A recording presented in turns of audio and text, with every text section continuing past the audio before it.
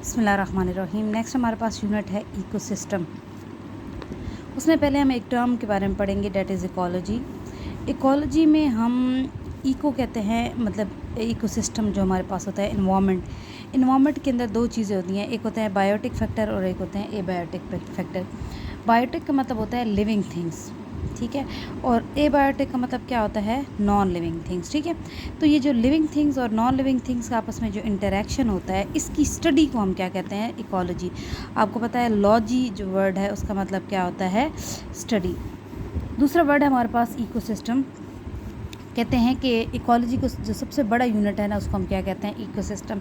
इसमें एटमॉस्फेयर आ जाती है, हाइड्रोस्फेयर किसको कहते हैं, वाटर, सॉइल आ जाता है, बायोलॉजिकल कम्युनिटीज़ वगैरह आ जाती हैं, ठीक है। अच्छा, अब कहते हैं कि ये जो सारे जानदार होते हैं ये आपस में क्या करते हैं, इंटरेक्शन करते हैं, आपस में ताल्लुकात बनाते हैं। इनकी कैरेक्टरिस्टिक की बात करें तो कहते हैं कि इकोसिस्टम की जो कैरेक्टरिस्टिक है वो क्या है, हमारे पास बायोडाइवर्सिटी है। बायोडाइवर्सिटी का मतलब होता है, bio mean life and diversity का मतलब क्या होता है, वैरायटी ऑफ लाइफ या variety of organism is known as biodiversity. अब एक हमारे पास वर्ड है स्पीशी का क्या मतलब होता है, स्पीशी का मतलब होता है कि जानदारों का एक ऐसा ग्रुप जो आपस में क्या कर सके, इंटरब्रीड कर सके और अपनी नई नस्ल पैदा कर सके, यानी बच्चे पैदा कर सके, उसको हम क्या कहते हैं, स्पीशी। पॉपुलेशन का मतलब होता है जब हमारे पास सेम स्पीशी सेम प्लेस पे सेम टाइम पे रह रही हो तो उसको आप क्या कहते हैं, पॉपुलेशन। और कम्युनिटीज़ का मतलब क्या होता है, जब डिफरेंट पॉपुलेशन किसी जगह पर रह रही हो तो उसको आप क्या कहते हैं, कम्युनिटीज़। और कम्युनिटीज़ जहाँ पर साथ रह रही होती हैं उसको आप क्या कहते हैं, बायोस्फीयर इस तरह जैसे एक एप्पल होता है और एप्पल के ऊपर जो छिलका होता है, पील होता है। अब ये समझिए कि जो अर्थ है वो एप्पल है और उसके ऊपर जो पील है वो हमारे पास क्या है, उसका छिलका जो है वो क्या है, बायोस्फीयर है। कंपोनेंट ऑफ इकोसिस्टम की बात करें तो दो कंपोनेंट्स होते हैं, एक होते हैं बायोटिक और एक होते हैं एबायोटिक। बायोटिक में प्रोड्यूसर्स आ जाते हैं, कंज्यूमर्स आ जाते हैं, डिकम्पोजर्स हो जाते हैं। और एबायोटिक में कौन आ जाता है, नॉन लिविंग थिंग्स, जिसे हम कहते हैं एयर, वाटर, लाइट और सॉइल वगैरह। अब प्रोड्यूसर कौन से होते हैं, वो जानदार जो अपना खाना खुद रेडी कर सकते हैं, जिनको हम ऑटोट्रॉफ भी कहते हैं, ठीक है। जो जानदार भी अपना खाना खुद तैयार करेगा उसको प्रोड्यूसर कहेंगे या ऑटोट्रॉफ कहेंगे। जैसे प्लांट्स होते हैं अपना खाना खुद प्रिपेयर कर सकते हैं। कंज्यूमर्स क्या होते, कौन से जानदार होते हैं, वो जानदार जो अपना खाना खुद तैयार नहीं कर सकते, इनको आप हेटेरोट्रॉफ्स भी कहते हैं। इनका क्या होता है कि ये बना बनाया खाना लेते हैं, या तो बाकी जानवरों को खाएंगे या पौधों को खाएंगे, तो इनको हम क्या कहते हैं, दे आर कंज्यूमर्स। लास्ट में आ जाता है डिकम्पोजर्स का मतलब क्या होता है कि वो जानदार जो डेड चीज़ों की क्या करते होते हैं, तोड़ फोड़ करते हैं, यानी उनकी क्या करते हैं, डिकम्पोजिशन करते हैं, उसको हम क्या कहते हैं, ये क्या है, डिकम्पोजर्स। तो दो तरह के कंपोनेंट्स हैं, बायोटिक और एबायोटिक। एबायोटिक में एयर, वाटर, लाइट, सॉइल आ जाता है और बायोटिक में ये सब आ जाते हैं। नेक्स्ट अगर हम देखें तो किसके बारे में डिस्कशन है, about food chain and food web.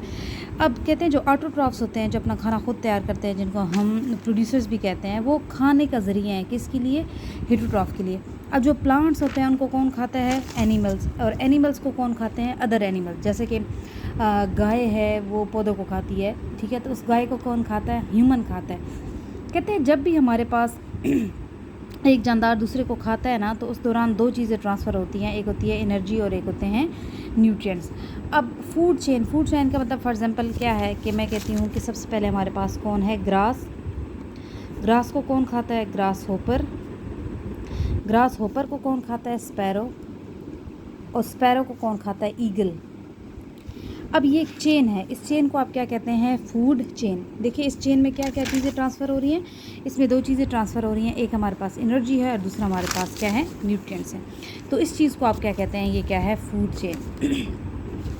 Second हमारे पास चीज़ जो है उसको हम क्या कहते हैं, फूड वेब का मतलब ये होता है कि जब हमारे पास बहुत सारी फूड चेन्स इकट्ठी हो जाती हैं तो उस चीज़ को आप क्या कहते हैं कि ये क्या बन गया है, ये फूड वेब बन गया।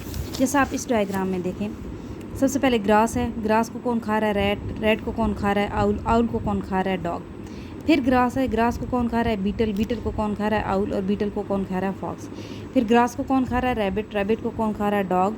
और इसके अलावा ग्रास को रैबिट खाता है और रैबिट को कौन खाता है, फॉक्स। अब देखिए ये मल्टीपल फूड चेन है, एक फूड चेन ये है, एक फूड चेन ये है, एक हमारे पास फूड चेन ये है, एक हमारे पास ये बहुत सारी फूड चेन्स हैं। तो जब बहुत सारी फूड चेन्स आपस में मिल जाती हैं तो एक जाल बन जाता है।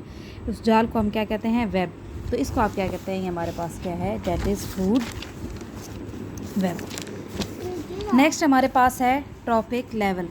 ट्रॉफिक लेवल का मतलब क्या होता है कि जो हमारे पास फूड चेन होती है, जैसे ये एक ट्रॉफिक लेवल है, ये दूसरा ट्रॉफिक लेवल है, ये तीसरा ये चौथा है। तो ट्रॉफिक लेवल फूड चेन के अंदर जो स्टेजेस होती हैं उसको हम क्या करते हैं? ये क्या है? ट्रॉफिक लेवल्स हैं। सबसे पहले जो T1 होता है वो कौन होते हैं? प्रोड्यूसर। आपको पता है प्रोड्यूसर्स कौन होते हैं? प्लांट्स होते हैं, ऑटोट्रॉफ होते हैं जो अपना खाना खुद तैयार नहीं कर सकते। T2 क्या होता है? कंज्यूमर्स। कंज्यूमर्स जो खुद खाना तैयार नहीं कर सकते, बना बनाया खाना लेते हैं, जैसे हर्बीवोर्स होते हैं। हर्बीवोर्स कौन होते हैं? जो घास खाने वाले जानदार होते हैं, जैसे बकरी वगैरह। T3 क्या होते हैं? सेकेंडरी कंज्यूमर्स होते हैं, यानी कार्निवर्स, ऐसे जो जिनको हम गोश्त खोर कहते हैं, जैसे जो गोश्त वगैरह खाते हैं, जैसे डॉग वगैरह। T4 टर्शरी कंज्यूमर हैं, जो एक कार्निवर जो दूसरे कार्निवर को खाए। जैसे हम अगर अपना देखें तो हम ह्यूमन जो होते हैं वो जो है अगर गाय को खाते हैं तो हम भी कार्निवर्स हैं, ठीक है। और या फिर हम किसी और तरह के जानदार को खाते हैं, तो इस तरीके से। फिर क्वाटरनरी कंज्यूमर भी होते हैं। एनर्जी फ़्लो की बात करें तो कहते हैं कि जो सूरज से हमारे पास रोशनी आ रही होती है उसमें से पौधा सिर्फ कितना % लाइट को एब्जॉर्ब करता है? 1%। और इसे क्या करता है? फूड प्रिपेयर करता है। और जब भी एक फूड चेन के एक लेवल से दूसरे लेवल, दूसरे से तीसरे, तीसरे से चौथे में एनर्जी वगैरह जाती है तो उस दौरान कहते हैं एनर्जी बहुत ज़ाया भी होती है। अब देखिए जो घास है, फॉर एग्जांपल 10 पौधे हैं, तो 10 के 10 पौधों को तो ग्रास होपर नहीं खा जाएगा ना, वो तो थोड़े से पौधे को खाएगा, बाकी सारे ऐसे ही रह जाएंगे। फिर ग्रास होपर को स्पैरो खाती है, तो स्पैरो ग्रास होपर के सारे बॉडी पार्ट्स तो नहीं खाएगी। हो सकता है वो उसके जो पर हैं उनको छोड़ दे, हो सकता है इसकी टांगों को छोड़ दे, उसको उसके टेस्ट पसंद ना आए, वो उसका स्पेसिफिक पार्ट खाएगा। फिर स्पैरो की ईगल खाएगा तो ईगल उसके हड्डियाँ तो नहीं खा जाएगा, या उसका खून तो नहीं पी जाएगा, तो उसकी हड्डियों में या खून में जो एनर्जी है वो क्या हो जाएगी? ज़ाया हो जाएगी, ठीक है। इस तरीके से होता है। तो कहते हैं जब भी एक लेवल से दूसरे लेवल में एनर्जी ट्रांसफ़र होती है तो एनर्जी हमेशा क्या होती है? लूज़ होती है, ज़ाया होती है। किस वजह से? क्योंकि रिस्पायरेशन की वजह से, ग्रोथ की वजह से, मतलब रिस्पायरेशन में एनर्जी इस्तेमाल हो रही होती है, ग्रोथ में हो रही होती है, रिप्रोडक्शन में हो रही होती है, और नॉन प्रेडेटरी डेथ में, या फिर एक्सक्रीशन। ये सारे प्रोसेस होता है जिसमें एनर्जी क्या हो रही होती है? यूज़ हो रही होती है। आगे आ जाते हैं हम नाइट्रोजन साइकिल पे। खैर उससे पहले बायो जियो केमिकल साइकिल है। बायो मीन लाइफ, जियो मीन अर्थ, केमिकल मीन केमिकल। साइकिल उस चीज़ को कहते हैं जो रिपीट होता है, जो कभी एंड नहीं होता। बायो जियो केमिकल हमें साइकिल ये बताता है कि जो न्यूट्रिएंट्स होते हैं वो एक साइकिल की फॉर्म में क्या करते हैं? ज़मीन के ऊपर मूव करते हैं। अब प्राइमरी रिजर्वायर ऑफ न्यूट्रिएंट देखें। रिजर्वायर कहते हैं ज़रिया, मतलब सोर्स जहाँ पर एक न्यूट्रिएंट स्टोर होते हैं। तो कहते हैं दो तरह के रिजर्वायर होते हैं, एक होते हैं ऑर्गेनिक और इनऑर्गेनिक मटेरियल वाले, और एक होते हैं directly available and directly not available. अब रिजर्वायर ए जो है उसमें हमारे पास कौन से कंपाउंड है? ऑर्गेनिक। और रिजर्वायर बी में कौन से हैं? ऑर्गेनिक। दोनों में ऑर्गेनिक है। फ़र्क क्या है कि रिजर्वायर ए में जो है वो डायरेक्टली अवेलेबल हैं, रिजर्वायर बी में डायरेक्टली अवेलेबल नहीं है। इसी तरीके से रिजर्वायर सी में कौन से हैं? इनऑर्गेनिक है लेकिन क्या है? अवेलेबल है। रिजर्वायर डी में क्या है? इनऑर्गेनिक है लेकिन क्या है?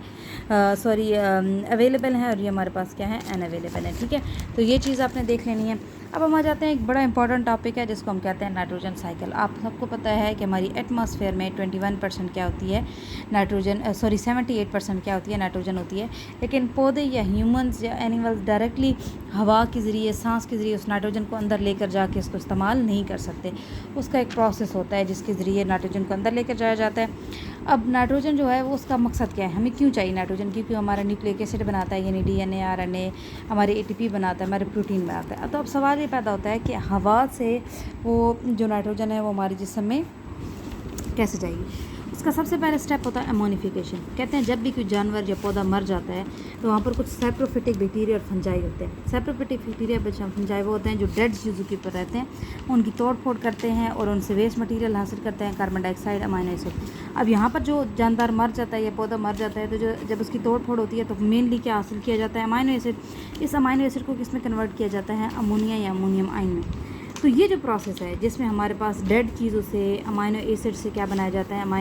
अमोनिया बनाया जाता है। इसको हम क्या कहते हैं? अमोनिफिकेशन, यानी formation of ammonia is known as ammonification. ये मिट्टी के अंदर होता है। दूसरा है नाइट्रिफिकेशन। कहते हैं ये जो अमोनिया बन गया, मतलब अमाइनो एसिड से उससे अमोनियम बना लिया था, तो अमोनिफिकेशन हुआ था। अब इस अमोनियम को हमें किस में कन्वर्ट करना है? नाइट्रेट। इस अमल के लिए हमें क्या चाहिए होता है? नाइट्रीफाइंग बैक्टीरिया, पहले बैक्टीरिया का नाम है नाइट्रोसोमोनास, ये अमोनिया को नाइट्राइट में कन्वर्ट करता है, और दूसरा है नाइट्रोबैक्टर जो नाइट्राइट को नाइट्रेट में कन्वर्ट करता है। तो नाइट्रिफिकेशन में हमारे पास क्या बन जाता है, नाइट्रेट बन जाता है। थर्ड हमारे पास है नाइट्रोजन फिक्सेशन। हवा में जो नाइट्रोजन होती है उसको भी तो हम फिक्स कर सकते हैं, जो 78% है। उसके क्या क्या तरीके हैं? सबसे पहला है एटमॉस्फेरिक फिक्सेशन। कहते हैं जब भी बिजली चमकती है, लाइटनिंग होती है, थंडर स्टॉर्म होता है, तो 5 to 8% जो नाइट्रोजन है वो किस में कन्वर्ट हो जाती है, ऑक्साइड ऑफ नाइट्रोजन, और यही जो ऑक्साइड है ये बारिश के जरिए पौधे तक पहुँच जाते हैं। दूसरा है इंडस्ट्रियल फिक्सेशन। इंडस्ट्रियल फिक्सेशन में क्या होती है कि हमारे पास जो नाइट्रोजन कंटेनिंग फर्टिलाइज़र्स होते हैं जैसे सोना, यूरिया वगैरह, वो हम मिट्टी के अंदर डालते हैं। बायोलॉजिकल फिक्सेशन में हमारे पास बैक्टीरिया होते हैं जो 60% नाइट्रोजन को क्या करते हैं, फिक्स करते हैं, और नाइट्रोजन और हाइड्रोजन को कंबाइन करके किस में कन्वर्ट कर दिया जाता है, अमोनिया में। कौन कौन से बैक्टीरिया होते हैं? एज़ोटोबैक्टर होता है, क्लॉस्ट्रीडियम है, राइजोबियम है। असिमिलेशन का मतलब होता है यूज़ ऑफ नाइट्रोजन कंपाउंड। जब पौधा उसको इस्तेमाल कर लेता है, वो उसके जिस्म का हिस्सा बन जाता है, तो उसको हम क्या कहते हैं, असिमिलेशन कहते हैं। इस्तेमाल जो करना है ना अमोनिया को या नाइट्रोजन को, असिमिलेशन है। डीनाइट्रिफिकेशन क्या है?